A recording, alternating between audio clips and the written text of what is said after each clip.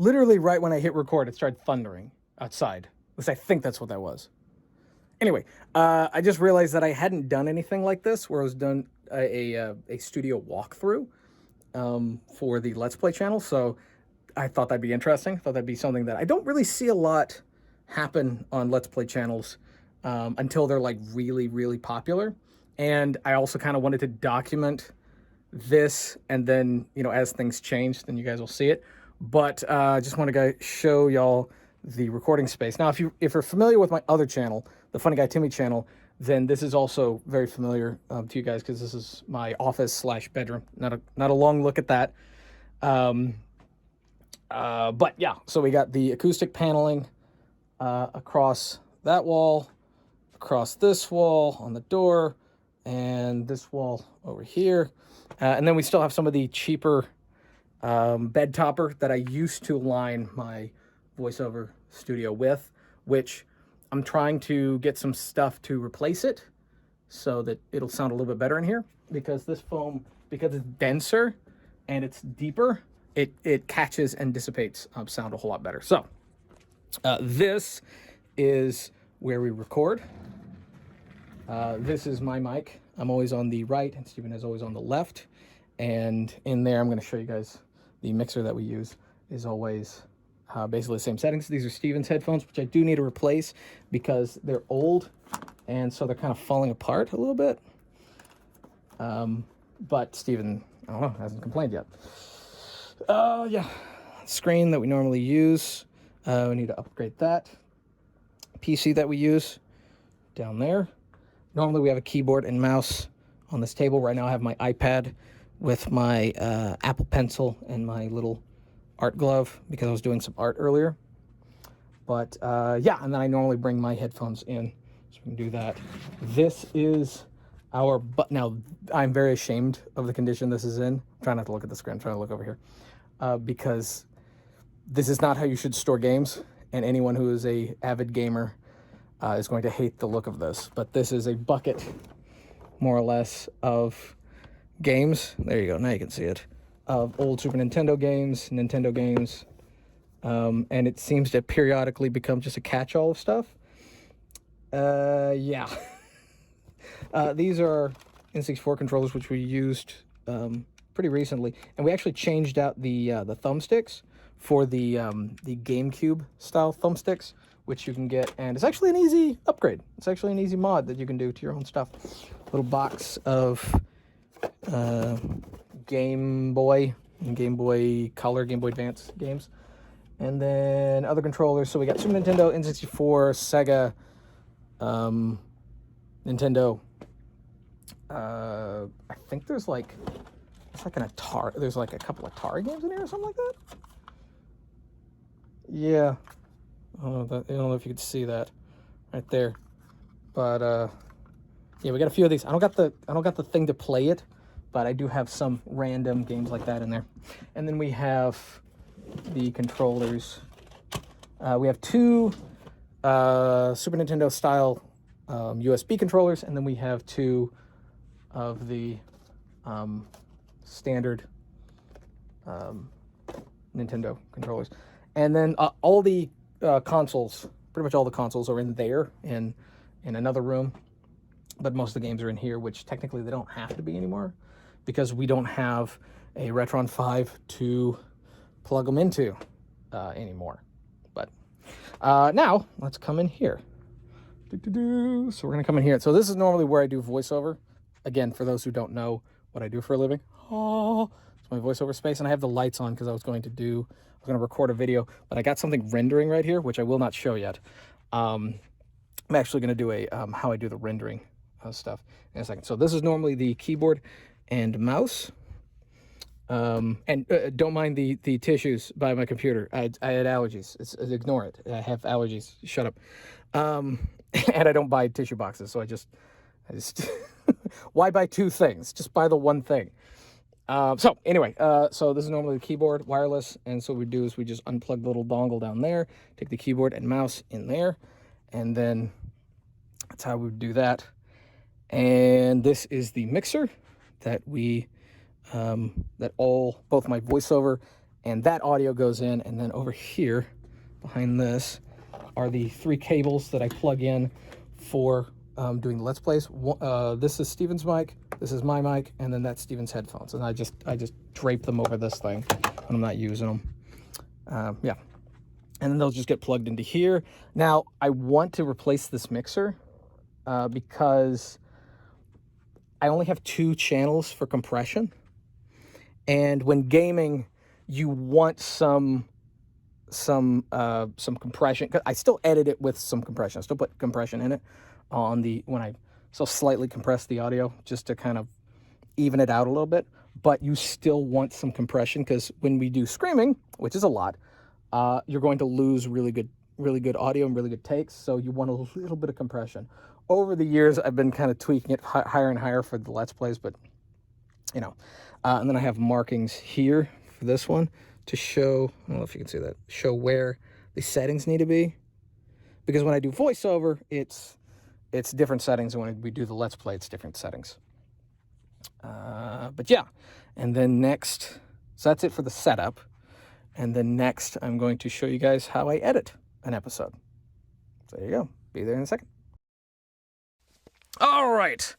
And now we're in editing software. This is not normally where I edit. Sometimes I do edit episodes in here. It just depends on whether or not I feel like standing or whether I feel like sitting. Depends on what time of day I'm, needing to do editing for episodes. So I use Sony Vegas 16. I think they're up to 17 or 18 right now. I don't remember, but I need an update. Either way, it's totally fine for what I do. So first thing I do is obviously pull up just a blank, no, not there, a blank blank project, and then just bring in the footage. I don't know why I'm having trouble with this.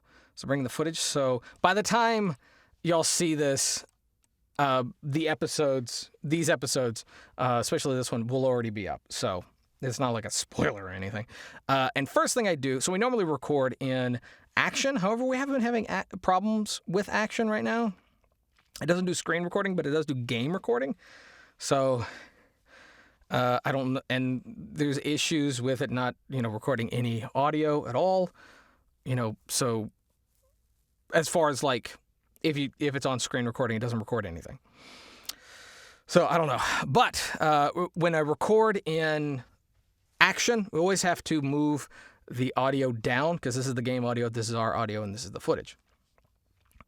And so as it's buffering and putting the waveforms in for the audio, I go in, and first thing I always do is click Disable Resample. So let's say that the footage was at 25 frames or whatever, and the project is in 30 or 60 frames, you're going to get that ghosting double image. So, but by hitting Disable Resample, basically it negates that. There's no doubling image. Even if the project is 60 and this is like 24, 25 frames, you're not going to see any issues like that. Next thing I do is I normalize the audio. This one always comes up first. I don't know why that one comes up first. Probably because it was the first layer. And then I like to listen to it to figure out what levels I need to set it at. Okay. So I'm going to -20 is normally a good place to start.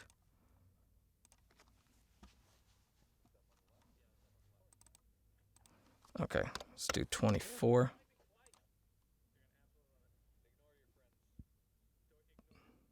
Okay, so 24 is pretty good. Now, this audio is obviously going to sound a whole lot louder when I normalize that one, when that one's done buffering. But while I'm waiting on that, I'm going to go ahead and add 4 video tracks for the end card. And so to do that, I will go over to one of the other game projects. This is what it looks like when it's all finished. Grab this, and these are all grouped together. So I'm going to copy, boop, paste. So now I've imported the end card, and all I do is copy and paste it. Go ahead and normalize this. It's 8, so now you can hear that it's a whole lot louder.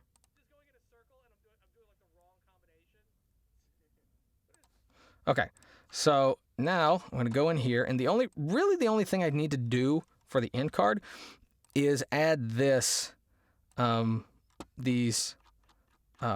resituations for the avatars at the end, because they're individual images for animation, which was done by my older brother Nathan, who's a great artist who did that for us. So I always go all the way down to the bottom and then scroll up until I get to this one. Yes, I could just go pick it, Pixel Avatar 3, but I always forget which one it is. And so it's easier if I just scroll down to the bottom and then just scroll up to the one that is, that they look right. And then for shadow, go all the way down. And obviously, I have other shadows that I've used for other things, and I have other, frame positionings that I've used for other things. But for this one, for the Let's Play, those are the two that I always use. And then I delete these, move these all the way over, these little points. So now, no matter where I move this, they're not going to move. They're going to be in the right place. Now that I've moved the positioning and the shadow all the way to the beginning, the keyframes all the way to the beginning. So no matter where I put this, they're going to be in the right spot. So now I can shrink this, and these two are just, this one's a PNG of the windows, like the subscribe box and the other video boxes. So that there, and then this one is just a solid background, which I still need to replace because it was just I just threw that together because I knew I didn't want something that was just boring, a boring background. So I just threw that together. And then this is the fade to black, because I thought it'd be easier to have something that's over this layer to fade in and out of black than trying to manually adjust the fade on these, or having a layer to, or what are they called? Envelope layer or effect, where I can basically bring down the opacity, fade that layer in and out. I just thought it'd be easier to do this because then it's something that I can just copy and paste, and not something that I have to duplicate on every single project. That way it's a little bit easier. So now also we need to add one more audio track right in here, and this one is going to go ahead and be -1. And this is where the fixed, cleaned up audio is going to go. So every single project, every single game that we record, and every single episode, the audio it goes into this mixer, and there's a little bit of compression, a little bit of EQ and gain, and the right gain level that's already in the mixer on the mixer side. But then I like to go in and kind of fix it digitally. Again, trying to make the audio sound better, because there's no way that there's no settings I can put on here that will be perfect every single time, considering, the way we play and what's going to happen in the game is random and unpredictable. There's no way of knowing. So I normally have the gain pretty far down, which is why I had to normalize it, boost it up after it was imported. So now we've clicked solo. So this is the only thing that's selected. Double clicked on it. So now that's the only track. So now I'm going to do is I'm going to render this. But what I'm going to be doing is I'm going to be rendering the audio, just the audio. And since this layer is set to solo, it's not going to render the game audio. And so I'm going to go down here to the highest bit rate, because when we record, this mixer can do 96 kilohertz. I think it can do 32-bit float. Oh, that was a video that just finished rendering. So the audio is basically at that level. And so if I export it at the highest resolution, when I go in to do cleanup, compression, and EQ, it's going to give me the best results. So I'm going to put raw audio. That's what I put on every single export file. Always goes to the desktop. Why was it so hard? And then next, what I'll do is I'll bring this into Audacity to then clean up. All right, so now I've imported the audio, our audio. And first thing I'm going to do is I'm going to do a little bit of noise cleanup, and that's to help get rid of any footsteps of upstairs or side stairs neighbors, background noise, PC noise, any movement, anything like that. So what I do is I look for the largest segment of silence that has the most noise. So I have two options. I got this one and this one. I think this one's better. I think that one's slightly longer, but I think this one's just got more in it. I'm going to select this entire segment of noise, grab noise, double click, and click OK. Now, normally you wouldn't do too much noise cleanup on VoiceOver, but due to the fact that there is a layer of game audio that's basically going to be louder than whatever the noise level is, if there is some kind of distortion due to noise cleanup, it's not going to be noticeable because of the game audio. However, there might be some, traffic noise, somebody, playing some music out in their car or whatever, or playing music next door or whatever, that may still come in. That has happened before. Not too loud, but I can hear it just because, I'm a freak. And this will kind of help mitigate some of that. Also the fan noise. So when it becomes very, very quiet in the game, you're not going to hear that kind of stuff. So we need noise cleanup. And next we're going to do some compression. And these are my settings. I do a little bit harder compression on Let's Play audio than I do VoiceOver. VoiceOver would not be this high. It'd be kind of high, but it wouldn't be this high. And again, it kind of depends on what kind of project I'm working on for VoiceOver. This is going to take a little while. All right, so the compression is done. So now we do some EQ. And again, so this is actually the same as I do with my VoiceOver. These are the same settings. And this is, again, after I do the compression, sometimes some of the clarity, sometimes some of the articulation of the dialogue is kind of cut down. And so this will kind of bring some of that back up. And it will also kind of help further get rid of any low, bassy traffic, wind, or handling, or outside noise. So now that we've done that, I'm going to zoom out. This is what it looks like now. And I'm going to normalize it to -0.05 dB. And sometimes I have to do some limiting, a little bit of limiting. And it really just depends on the game and how much screaming we did and how consistent it was. Sometimes if the levels go really crazy, you're going to get a really, really loud point and everything else is going to be kind of quiet. Yeah, I'm going to do a little bit of limiting because that right there kind of basically broke it for everything else. So I'm going to do a little bit of limiting, but not too much. It would be, let's do, oh, that's not too much. Sometimes it's the limiting that's the limiter that's kind of playing it by ear, because again, each project is different. What I used to do is I used to actually go in and manually bring down by selecting the loudest point and then normalizing it to the average of everything else. But the limiter actually doesn't really hurt too much. Yeah, that's fine. And so, it doesn't make or break the audio. And I haven't actually had any issues with it yet. I don't really use a limiter on my VoiceOver all that much. Only sometimes would I use it if things got a little too hot and trying to manually adjust it was too much. And I just wanted it to be a little bit more consistent, but normally I don't use a limiter. So there we go. So that's the audio. So now what I'll do is I will select 48 kilohertz, because 48 at 24, even 48 at 16 is totally fine for VoiceOver, for audio, and for game audio.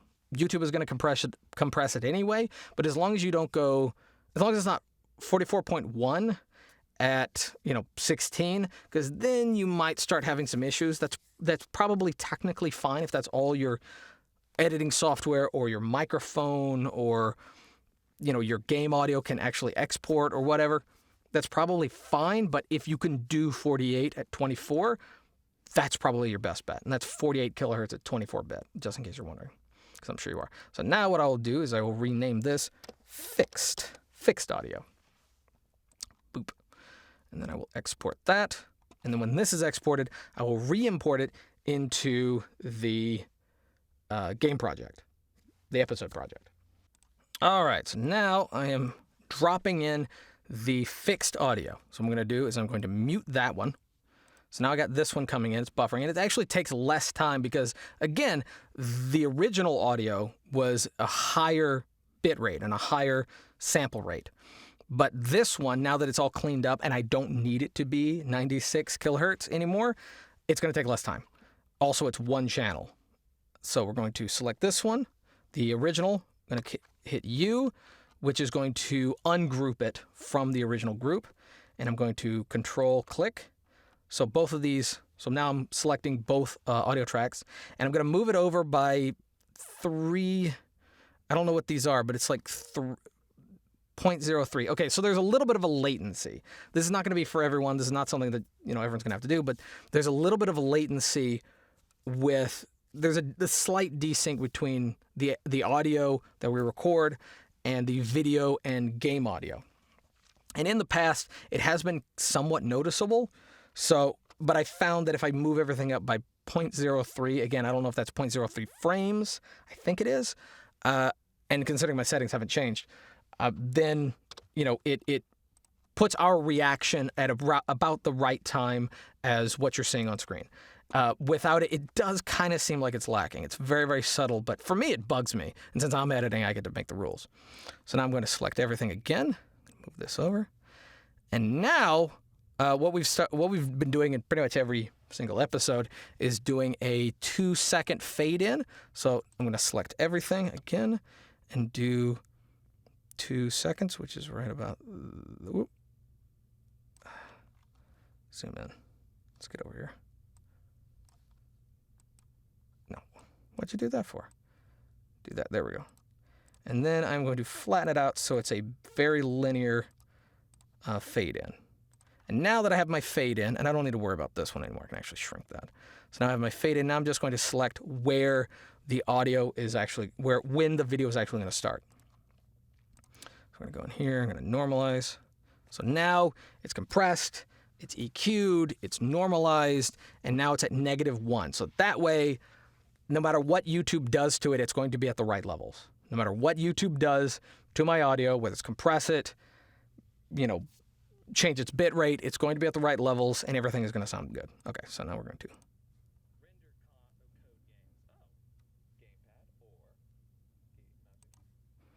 let's start here.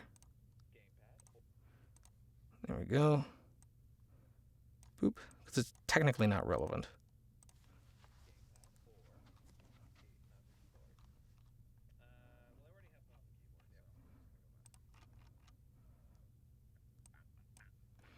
Okay, everything seems fine. So now I'm going to move this over. Boop. Okay, so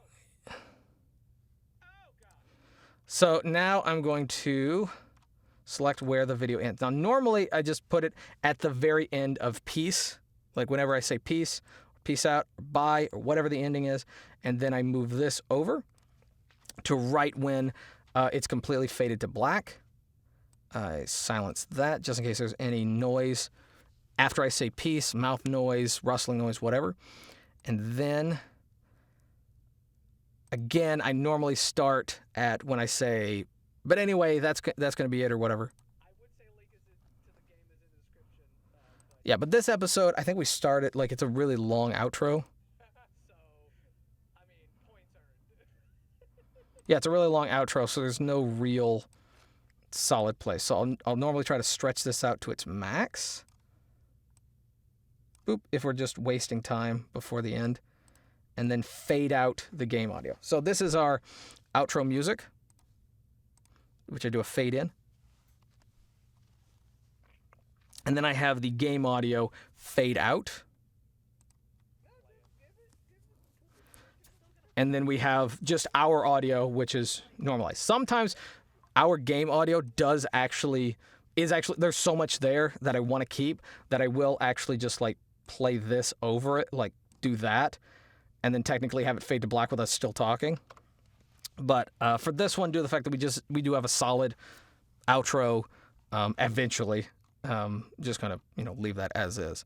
And then that's technically all I do for the editing of the episodes outside of collages or collabs or whatever, best ofs. And I'll double click, which selects everything. We got our end card, which is fine. We got this, which all EQ'd. Everything's good. Oh, did I not show you this? I don't think I showed you this.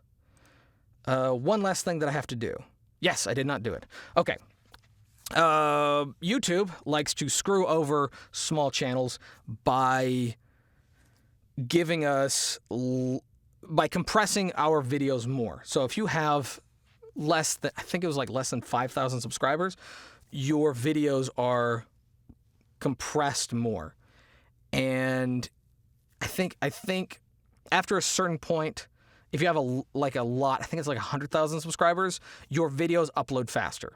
They prioritize your channel and your videos. So one way of getting around that, of getting uploading higher quality video, is actually uploaded as MP4 at a certain codec, I believe. And yeah, MP4. And so one thing that MP4 does, and MP4 is a much larger, chunkier file. It has a lot more data in it, and it's very hard for YouTube to like pack it down, no matter how hard they try. But one thing that MP4 does as a codec and as a format is that it actually kind of oversaturates and kind of increases the contrast to your videos. So for the image to basically stay consistent and for it to look the same as it was when we were recording it, I have this preset that I drop in right there. And you can see it just did a slight change to the image. Slightly brought down the brightness and slightly brought down the contrast to kind of give it a slight muddy look. And what that does is when it's rendered in MP4, because of the compression, it'll basically add that contrast and boost the bright and darkness back. So this kind of counteracts that, so the image when it's rendered looks basically exactly what it did when we recorded it. So that's the last thing that I got to do. Normally I do that pretty early, but I totally forgot about it. And again, it's in a preset because I've been doing this so long. Make sure to save it. I'm going to double click, and then I hit render. And these are my presets. And another thing that you can do, last thing that you can do to make sure that you get the highest quality image for YouTube, is to render it basically at 2K. Now, there are a few exceptions. Normally, when we do things like 16-bit or 8-bit games, I normally do it at 1920 by 1080. Normally still render it at that rate, always 30 frames a second. You can also do higher frames a second to kind of counteract the YouTube compression, but it doesn't have as good a results as exporting it and uploading it as twice the size. Even if the actual image, because the actual video here is actually 1920 by 1080, it's not that big a resolution. But uploading it as 2K will actually basically give it. It means that if YouTube tries to cut it down, tries to compress it to half quality, it's going to end up the quality that it should be, if that makes any sense. So normally I would upload it at, what is this? 2560. Normally I would upload it as 2560. However, this is a shitty game. This is a terrible game that is not worthy of high quality or praise. And it's mostly just our banter that's even remotely interesting. So we're just going to render this one at 1920 by 1080. Again, MP4. And where's I don't think it says the codec in here. Does it? Let's look. Where does it say? I don't think it says. We'll take a screen cap of that if you want, but those are the settings that we use to render as a way of fighting back against the powerful forces of YouTube. All right, well, that is it. Everything past that is thumbnailing, which it deserves its own video That is a long process, especially for me, because I'm doing all the thumbnailing these days. I mean, I do all the thumbnailing anyway. What do I mean these days? It's always been me. But I'm going to take these off because I don't need them. That sometimes is me using reusable assets that we have for our thumbnail characters, and then sometimes it's me drawing up original thumbnails, like from scratch. And even though the original drawn thumbnail art is probably more interesting, especially when it's a new series, sometimes I don't have the time and I cannot do that. And I have to just use the reusable stuff or tweak them or change them or what have you. I'm hoping that at some point in time, we'll have someone to edit the videos and we'll have someone to do the thumbnails. But as of right now, it's all me. And that's going to be it. I just thought this would be an interesting video for you guys. You know, not many people show y'all what they do for a Let's Play channel. And I thought that you guys would enjoy it. If you did, give it a thumbs up. Give this video a thumbs up. If you didn't, give it a thumbs down. Totally fine. Subscribe if you're new. Bell for notifications. And leave that in the comment section below. Like to see us play any of the games, or like to, I don't know, talk to us, ask us any questions. Totally fine. And yeah, till next time. Peace.